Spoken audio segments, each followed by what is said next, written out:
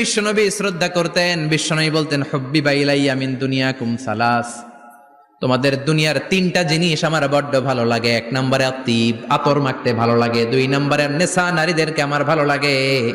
তিন নম্বরে কুররাতু আইনি ফিস সালাত, নামাজে দাঁড়ালে আমার ভালো লাগে।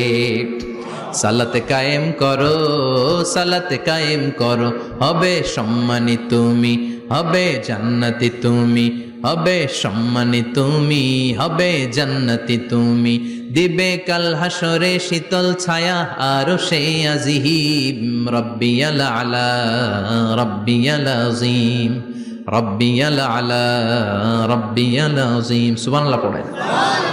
তিনটা জিনিস বিষ্ণু পছন্দ করতেন। আত্তিব মানে পারফিউম, উতুর। বিষ্ণু বলতেন আরবাউন মিন সুনানিল মুরসালিন, চারটা জিনিস সব নবীদের সুন্নাত। এক নম্বরে আল খিতান, সব নবীরা সুন্নাতে খাতনা করেছে। আরেক বর্ণনায় খিতানের জায়গায় এসেছে আল